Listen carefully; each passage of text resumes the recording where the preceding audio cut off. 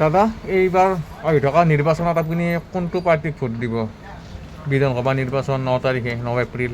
কি নিৰ্বাচন হয়? নিৰ্বাচন মানে ৰাজনীতি, ইলেকশ্যন চব ইলেকশ্যন ইলেকশ্যনৰ হাৱা আহিছে চলি নেকি? আছে এতিয়া অসমত।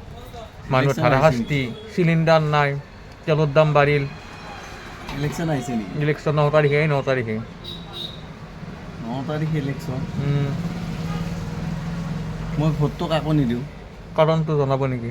কাৰণ আমাৰ জুবিন দাই নাই, মৰমৰ জুবিন দা। জুবিন দা নাই, জুবিন দাই নাই যিহেতু জুবিন দাই ন্যায় পোৱা নাই। ন্যায় নাপা না ন্যায় পোৱা নাই কাৰণে মই জুবিন দাক 6 মাহ পাৰ হৈ গ'ল এতিয়ালৈকে জুবিন দা ন্যায় একো এৰিয়া নাই। বছৰ বছৰ পাৰ হৈ যাব, জুবিন দা ন্যায় নাপায়। সেইকাৰণে মই ভোট কাকো নিদিওঁ। কাকোৱে ভোট নিদিয়ে আৰু এইবাৰ। নিদিওঁ। এই আপোনালোকে গাইজ শুনিলে, জুবিন দা নাই, জুবিন দা ন্যায় পোৱা নাই কাৰণে মানুহে এইবাৰ মানে ভোট দিয়াৰ কাৰণে অলপমান বিৰতি লৈছে। মানুহে ভোট নিদিয়ে নহয় এইবাৰ। নহয়, কোনোবাই দিবও পাৰে, কোনোবাই নিদিবও পাৰে। কিছুমানে ৰাজনীতিৰ লগত জড়িত হৈছে, ৰাজনীতিৰ পইচা খাই আছে, সিহঁতে দিব পাৰে, পিছে পিছে ঘূৰি থাকিব। সিহঁতে হাফচাৱত বিক্ৰী হৈছে, আমি কাৰো তাত বিক্ৰী হোৱা নাই না, আমি পাৰ্টি নকৰোঁ না, আমি নিজে কষ্ট কৰি খাওঁ, নিজে কষ্ট কৰি খাই আছোঁ। সেইকাৰণে মই এইবাৰ ভোট নিদিয়ে আৰু।